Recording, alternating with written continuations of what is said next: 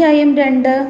എല്ലാവർക്കും വേണ്ടി അപേക്ഷകളും യാചനകളും മാധ്യസ്ഥ പ്രാർത്ഥനകളും ഉപകാര സ്മരണകളും അർപ്പിക്കണമെന്ന് ഞാൻ ആദ്യമേ ആഹ്വാനം ചെയ്യുന്നു.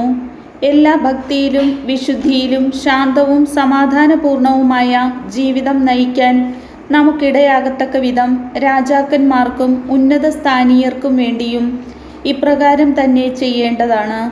ഇത് ഉത്തമവും നമ്മുടെ രക്ഷകനായ ദൈവത്തിൻ്റെ മുമ്പിൽ സ്വീകാര്യവുമത്രേ. എല്ലാവരും രക്ഷിക്കപ്പെടണമെന്നും സത്യം അറിയണമെന്നും ആണ് അവിടുന്ന് ആഗ്രഹിക്കുന്നത്. എന്തെന്നാൽ ഒരു ദൈവമേ ഉള്ളൂ, ദൈവത്തിനും മനുഷ്യർക്കും മധ്യസ്ഥനായി ഒരുവനേയുള്ളൂ, മനുഷ്യനായ യേശുക്രിസ്തു. അവൻ എല്ലാവർക്കും വേണ്ടി തന്നെ മോചനമൂല്യമായി നൽകി. അവൻ യഥാകാലം നൽകപ്പെട്ട ഒരു സാക്ഷ്യവുമായിരുന്നു. അതിൻ്റെ പ്രഘോഷകനായും അപ്പസ്തോലനായും വിശ്വാസത്തിലും സത്യത്തിലും വിജാതിയരുടെ പ്രബോധകനായും ഞാൻ നിയമിക്കപ്പെട്ടു. ഞാൻ വ്യാജമല്ല, സത്യമാണ് പറയുന്നത്. അതിനാൽ കോപമോ കലഹമോ കൂടാതെ പുരുഷന്മാർ എല്ലായിടത്തും തങ്ങളുടെ പവിത്രമായ കരങ്ങൾ ഉയർത്തിക്കൊണ്ട് പ്രാർത്ഥിക്കണമെന്ന് ഞാൻ ആഗ്രഹിക്കുന്നു. അതുപോലെ തന്നെ സ്ത്രീകൾ വിനയത്തോടും വിവേകത്തോടും കൂടെ ഉചിതമായ വിധം വസ്ത്രധാരണം ചെയ്ത് നടക്കണമെന്ന് ഞാൻ ഉപദേശിക്കുന്നു.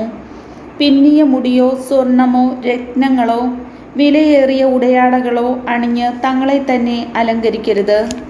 ദൈവഭയമുള്ള സ്ത്രീകൾക്ക് യോജിച്ച വിധം സൽപ്രവൃത്തികൾ കൊണ്ട് അവർ സമലംകൃതരായിരിക്കട്ടെ. സ്ത്രീ നിശബ്ദമായും വിധേയത്വത്തോടുകൂടെയും പഠിക്കട്ടെ. പഠിപ്പിക്കാനോ പുരുഷന്മാരുടെ മേൽ അധികാരം നടത്താനോ സ്ത്രീയെ ഞാൻ അനുവദിക്കുന്നില്ല. അവൾ മൗനം പാലിക്കേണ്ടതാണ്. എന്തെന്നാൽ ആദ്യം സൃഷ്ടിക്കപ്പെട്ടത് ആദമാണ്, പിന്നീട് ഹവ്വായും. ആദം വഞ്ചിക്കപ്പെട്ടില്ല, എന്നാൽ സ്ത്രീ വഞ്ചിക്കപ്പെടുകയും നിയമം ലംഘിക്കുകയും ചെയ്തു. എങ്കിലും സ്ത്രീ വിനയത്തോടെ വിശ്വാസത്തിലും സ്നേഹത്തിലും വിശുദ്ധിയിലും ഉറച്ചു നിൽക്കുന്നെങ്കിൽ മാതൃത്വത്തിലൂടെ അവൾ രക്ഷിക്കപ്പെടും. കർത്താവിൻ്റെ വചനം.